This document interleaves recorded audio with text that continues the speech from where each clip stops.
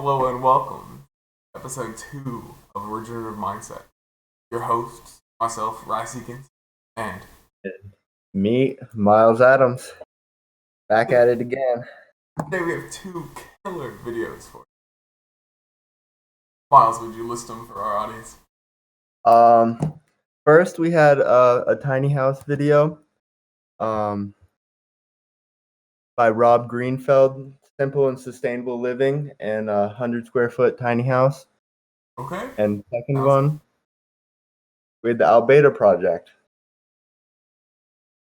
Super interesting video on regenerative agriculture in the Saudi Arabian desert. good. And the kind of stuff that we can really change if we get after it. Yeah, and it Oh, shows you the timeline as well. yeah. So I guess do we wanna start with that one? Um, The Al Baydha Project? yeah, Yeah, that sounds good. if you want to. If you want to jump in on that one. Okay, yeah. So the setup of this place is 2010. So we're set in Saudi Arabia. Um, And in 2010, the land had been undergoing desertification for for an amount of years now that it was like almost no trees. The only water that ever came super sporadically and in giant floods. Yeah. There was a And, go for it. oh, if I could just add just a little backstory, it was protected until the mid '90s, in which the Saudi Arabian government removed the environmental protections on this desert, um, and so the people that lived there, the desert slowly started to desertify, and they were unable to feed their goats, which were their livelihood, so they started chopping down trees. Sell as firewood. And that just continued to increase the desertification. All right, sorry, you can go now. Yeah, no, perfect. That was great. Um, so then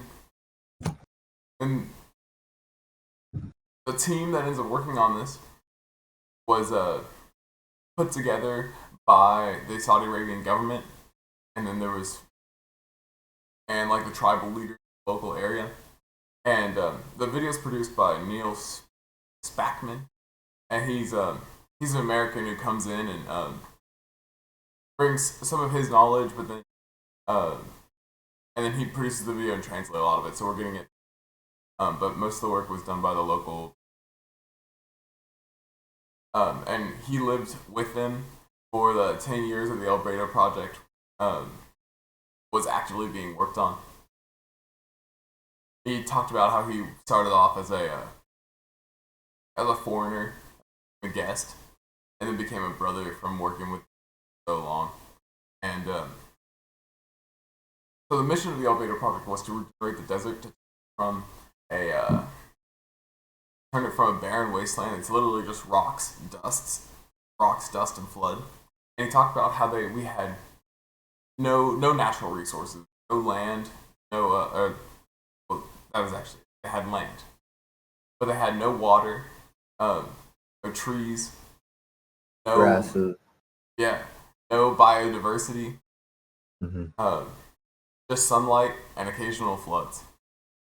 And And yeah, you know how lush the landscape normally is, how different, because it is a desert, right? It doesn't get crazy lush, but there are still very important parts of the ecosystem that we're missing. right. So But like, um, 30 years beforehand, what was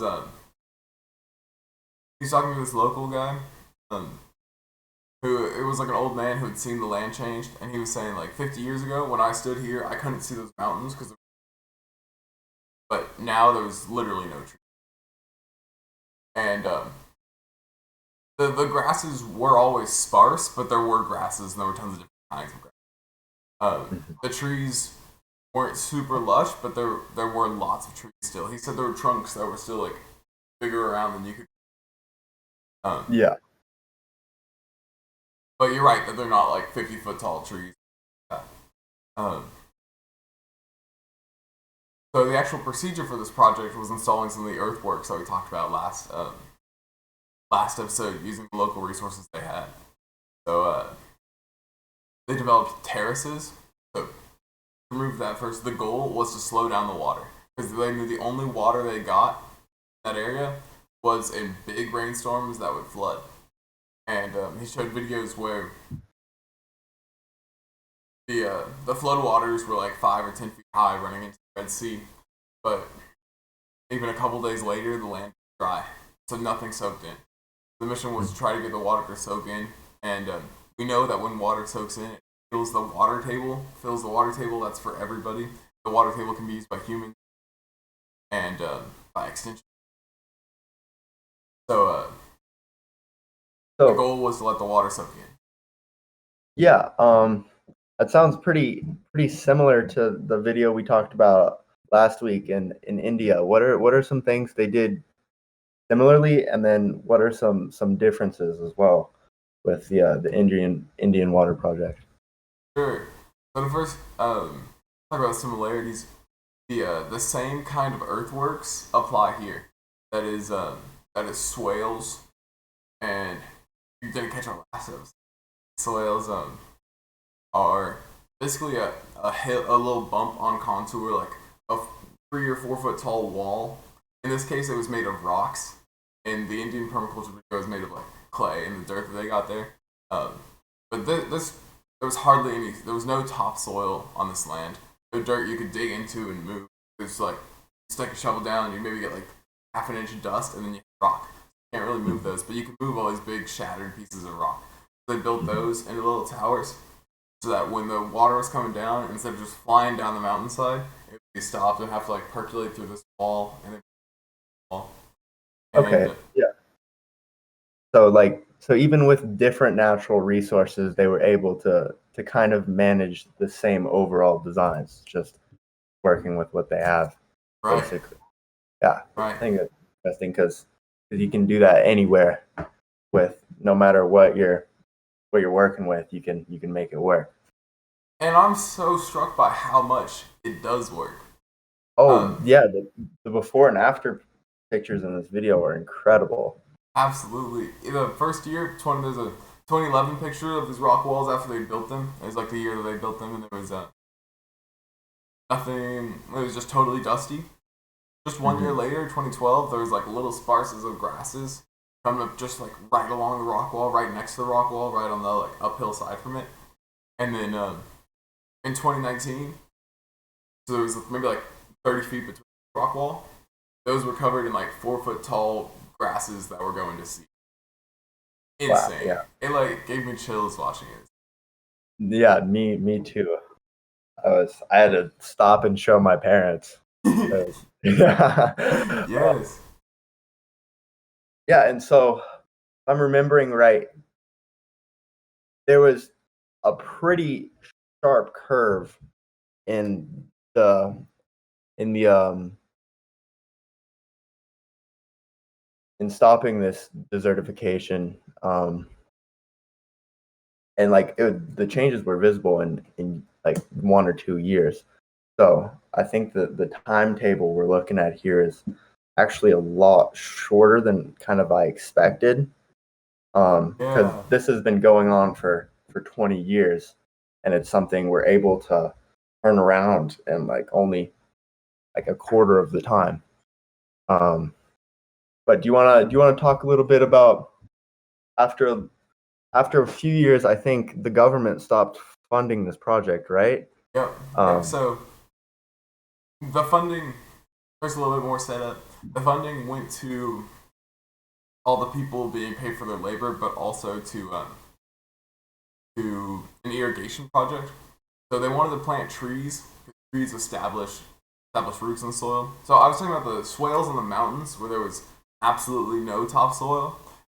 They weren't able to plant trees because there was not enough depth there. But kind of we were dealing with like three biomes. It was mountains, and then like sort of plains, and then like beach. And these plains had a little bit more soil in them, and that's the area where the trees. So they also built bumps, and they also built swales in the plains. They planted trees on top of those swales, and they had drip irrigation lines. Drip irrigation is like the most efficient uh, water to get water into the soil. Is just this pipe with little holes in it, and you fill that with water and it slowly drips out. So these trees were able to get bigger and establish their roots so that they kind of hold down the swale. And trees do amazing things. Uh, all their shade they provide reduces soil evaporation, soil water evaporation, um, which also helps keep ground in the soil. So yeah, in 2016, they had they put in 20,000 cubic meters of water into this project, but the aquifer had raised 50,000. Um, and so that's cool, even though you kind of think it's like, isn't it against this to kind of be importing extra water? Um, it can really be a helpful thing, and it's like an investment. You put a little bit in now for so much more. It's like a jump start to support those trees. Mm-hmm. Especially when originally the water supply is so irregular and inconsistent that the starting timetable would have probably been doubled if you hadn't had the irrigation. Yeah, Um, yeah, yeah, and the irrigation was filled from a local well, or when that was dry, a local desalination.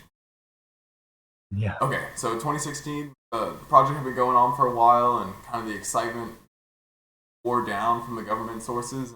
Their funding was cut significantly. So they made a difficult decision to decide which thing they had to cut, and they decided they would cut the irrigation process. So we're not going to be paying for any more water coming into our system, and that's really a test of their system, right? Because the idea of the system is that it will work. It'll take care of itself someday. So they're just forced into it a little bit earlier than they thought they needed to. But then they're hit with unprecedented drought. A year later, no rain.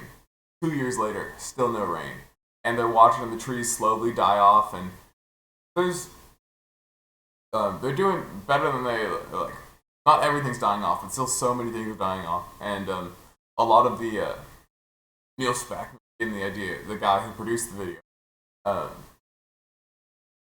talked about how many of the locals were saying that we should be buying, we should buy water in big trucks and try to water at least some of the trees to keep them alive to hold on to some of our work. But he was saying, no, I think if we do that, I think we're giving up and saying that like, man, our system, if our system doesn't work in this climate, we did it wrong. You know, there has to be a different. Like, we can't yeah, babysit this. We have to let it go. yeah. It ends up being 27 months after they cut irrigation, which was 31 months after the last like significant. They get a big rainstorm, and it soaks into the soil, and a lot of trees had died, but a lot of trees come back. They planted 10 different tree species as kind of an experiment to see which ones work the best. And there were 4 tree species where hardly any of them died during that drought. And then from that, we know that in that area, it would be really beneficial to be planting more of those trees so that they can hold on through droughts and do well with little water and the water that's sequestered. So yeah, 27 months of drought. Um, the rain picks up, and the rain picks up better. You know, now it rains it rained about like once a year since then, and that was in like 2018 that it rained, and the video was posted in June 20. And then again, we get these incredible time lapses where you see 2011, a picture of this landscape, totally barren, totally rocky. It's the only color you see is orange and like shadows. But 8 years later, 9 years later, we see trees 15 feet tall, there's all different kinds, and grasses 3-4 feet high, and those grasses just aren't good for they're more than good for the ground. You know, they're good for the people. They provide jobs and produce And and comfort. Yeah. they're bringing back their livestock as well, aren't they? Yeah. Food for the goats. Um, but yeah, that sounds so crazy. Just imagine putting so many hours and years of work into this project and then having to cut off your water and then it not raining for for almost 3 years. That sounds almost terrifying, And but like it's seeing it fall apart a little bit too, it'd be like, yeah, no, because oh. like they have photos and it looks like things are dying, but it's a testament to what they did. That like they have photos after it rained too, and it looked like the place just kind of blooms. Um, yeah, I think that's really amazing. Yeah, I guess tied off a couple things. Again, we talked about a little bit about last time how when we that we're not stealing from anybody, that building those building those water harvesting structures doesn't take water from anybody down the line, and that applies here in this case again. That water would just be going into the salty Red Sea and not be, um,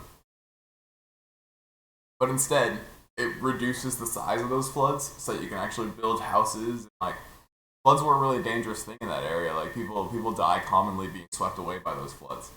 Yeah, So this reduces flooding and and builds the water table, and then so many more side effects that we haven't talked about and are like almost too numerous, too complex to get into. Like an incredible amount of biodiversity, incredible amount of like carbon sequestration coming into the soil because we're actually building this healthy topsoils full of organic matter. Um, and this is like the insect worst life. climate imaginable. Yeah, no, it is harsh for sure. It is possibly one of the most harsh climates in the world, and they're able to build something that kind of undoes 20 years of desertification and is able to live by itself. And it's natural, it works naturally, and eventually you can take your hands off like the steering wheel and let it drive itself. Um, and Yeah, also, this is just for a very small watershed region area in the region, and it's completely applicable to the entire area. Um, so they can do this everywhere, yeah, and to kind of basically. put that in like visual scale. At the end of the video, there's some satellite imagery from like 2011. You see the satellite of this area, and 2019 you see the satellite of this area, and this little section that was Al Baydha, this little watershed, is so much more green. It's green there, and the rest of it is still deserted. And Yeah, just like you were saying, this is repeatable. That whole coastline, that whole area of Saudi Arabia could be covered in green, covered in plants. That's biodiversity. That's human health. That's yeah. that's community So health. many jobs and livelihoods. Yeah, of Yeah, course. incredible. And if we could do it there, do it anywhere, you know. Yeah, if it works in that climate, it can work in the deserts of Mexico, Texas, wherever. You just got to find the plants that work, and those are often the plants that are um, natural to that area. Yeah, yeah. Really good video. Again, everyone, the video links will be in the descriptions. Definitely recommend you. Hope you appreciate all the hype and energy. Yeah, no, I like this one because it's more of a long term full project almost. A lot of the permaculture stuff that we see is still very new, and so we haven't seen like the full results. And I don't think we've even seen the full results of this one. But you're allowed to see what it's like 10 years after instead of just Yeah, a few years. And I think that's just going to continue in that direction. Yeah, and I'm absolutely agree. That's so cool. And it's yeah, cool that there's so many new projects that we haven't been able to see their impact. That means there's yeah, so many new. yeah. No, and you think about what it's going to be like in 10 years, Yeah. and yeah, just gives you kind of hope. All right. Um, you want to tell us about Rob Greenfield's tiny house? Yeah. I'll start in there. Guy, he's in Florida. Um, Originally he lived in a tiny house in San Diego. Um, but basically he moved to Florida. He built a 150 square foot tiny house for less than $1,500.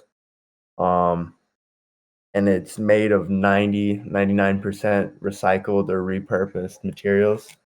I think right off the bat, the most eye-opening thing is the $1,500. I have the budget personally to go make this house right now if I had the time and energy. And And so did he have that's to that's pay for the land? oh no, I was gonna get to Okay, that. okay.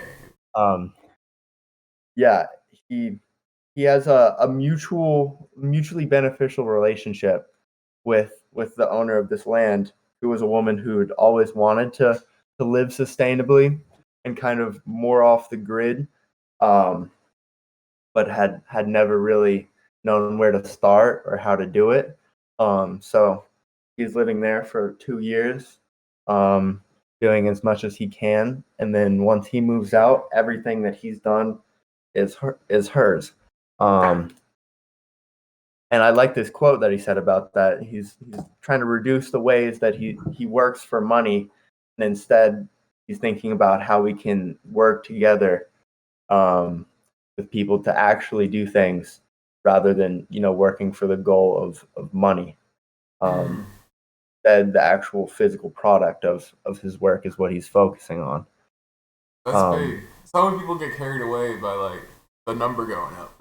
I agree. I think the name of our podcast, Regenerative Mindset, is really applicable to this one because he he's thinking with a entirely different mindset than I think is standard right now in America. Um, he's and I'll get into that later, but I'll tell you his base goal and his base project, and that is to grow and forage 100% of the food that he eats for this Whoa. this entire project. Um, and I think that's really cool, um, because it connects him with so much more in his life. He's uh, um, going back to this mindset. I feel like a lot of America is based on consuming and wasting, and getting rid of the waste. Um, and you don't really know where what you're consuming comes from. You don't really know where your waste goes. It's Yep. just kind of, as long as I can get it, and then it's no longer my problem. Um, I think in this video, he's really kind of fighting back against that no longer my problem mindset. Um, he doesn't want to cause any problems for anyone else, which I really like. Instead of just thinking about himself and what's maybe the easiest for him. Yeah. Um, Where does he do that? What I practices?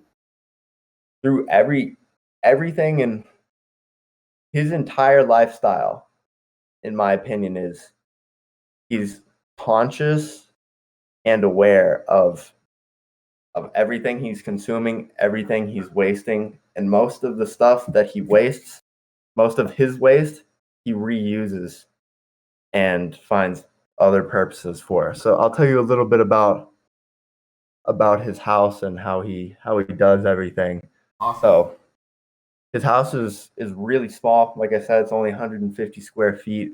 Um, and the thing that struck me was there's practically no like actual like belongings, and like he doesn't have a lot of stuff in his house. His house is his bed, a few clothes, some books, and then food. Um, and that's it. It's kind of bare essentials, and he spends most of his time outside of the house, out in the community and in his garden. Um, the really cool thing I thought was the outdoor kitchen and Mm-hmm. his effort to like to live sustainably and watch everything he uses. He does have a propane camping stove, but he rarely uses that. He has this one biogas stove I that saw that. That's uses food waste to and turns that into methane.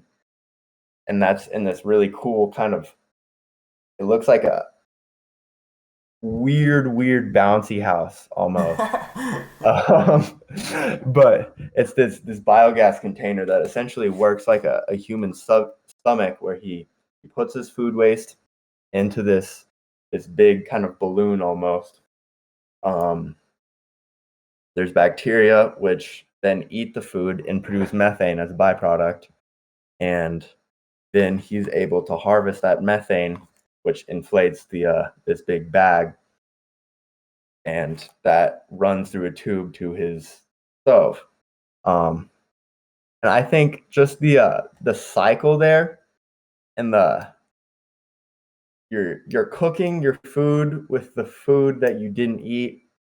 I think it's such a closed cycle. I think that's really cool. Yeah.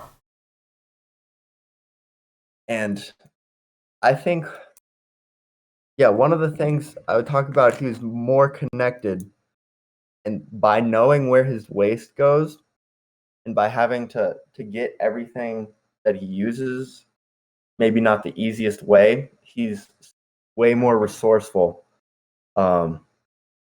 in how he uses all of his stuff that he actually has.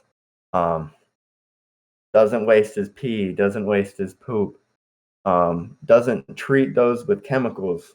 He instead lets his poop compost for a year before feeding it to his plants. This was when I first watched this video. That was the first I ever heard of that, like human waste composting. Oh yeah, no. I always thought it had to be totally processed, totally sterilized somewhere else. Um, so the problem would be that like human waste would contain bacteria harmful to humans, like already arranged to be. But by storing it in like he's storing it in a gallon container for a year and lets it sit anaerobically, so that means like no oxygen gets to come in. So that kills off all the oxygen, and then afterwards goes that in the composting pile and mixes it in, and as long as it's in like low enough concentration, it adds healthy nitrogen to the soil, and then he can grow his food. And I thought his waste, his reusal of his waste, is almost applicable to these kind of rural communities that we've been talking about up to there, because they might not have the infrastructure that we have, and the kind of ability just to go to the store and get something you need. So you need to be resourceful about this, and it's less of a choice. But I think overall, he's just, his level of connection to everything in his life is almost enviable, because I feel a level of almost not control in things, because I don't know where they're coming from. I don't know where they're going. And in his case, he's kind of fully in control of everything he's using, everything he's throwing away. Yeah. Yeah, that's pretty radical in this day and age to live in a world where you're like, okay, I'm not gonna like accept any trash, and I'm not gonna use city sewer system, or I'm not gonna use like normal houses. Yeah. And I think it just goes to show that you can do it. It's Yeah, 100% doable. Um, it might be a little more effort, but he looked very happy with his life. Um, that effort is not always a bad thing. I absolutely. think this That connection that you gain is totally worth it almost. yeah, that's been a big theme I've been thinking about in my life over the last like if something's harder, it almost means it's like more like Hmm. something that's like easier to do does not make you happier at all. Like you can Yeah, make a real meal, or you could eat like a sandwich, or like eat just pieces of bread even without like making it into a sandwich. yeah. Like the effort put in directly equals, and then like effort putting in isn't necessarily a terrible experience. You know, working No, hard on something really fulfilling. exactly, and you learn so much. Um, and I think the delayed gratification that you get and that you continue to get with something you know you've put effort into is really awesome. Because it's instead of just doing something one time, getting an instant gratification, it's you work hard on something and then it's there and you can kind of use it over and over again almost. Yeah, I really liked how you were connecting this all to like the regenerative mindset. I think you're right. Like the regenerative mindset entails, I think it includes some of that connectedness. Mm-hmm. It Yeah. reminded me of something in the Al Baydha video that I didn't get to. At the end, he said, a lot of us we're faced with we're faced with how we're hurting the planet, and our best answer is to reduce our footprint, reduce our carbon footprint, reduce our plastic footprint. And he was saying, a lot of us don't realize that that's just saying resigning ourselves to it. We're just going to destroy the earth more slowly. Yeah. And that's crazy. We're not going to accept that. And the regenerative No. mindset takes that idea and says, like, we're not going to reduce our footprint. We'll reverse our footprint. We'll Exactly. we won't just make it less unhealthy every year. We'll make it actively healthier. We're no longer at a stage where we can just cut back a little bit and try to slow climate change down, slow all of these things down. They're so far along that if we don't actively oppose them, it's nothing is going to slow down. It's kind of compounding at the moment, I feel like. Yeah, I feel like it kind of goes in with like the flow of life too. Is that I think it's a big, pretty human thing to do to want to hold on to what you have and like keep it as it is.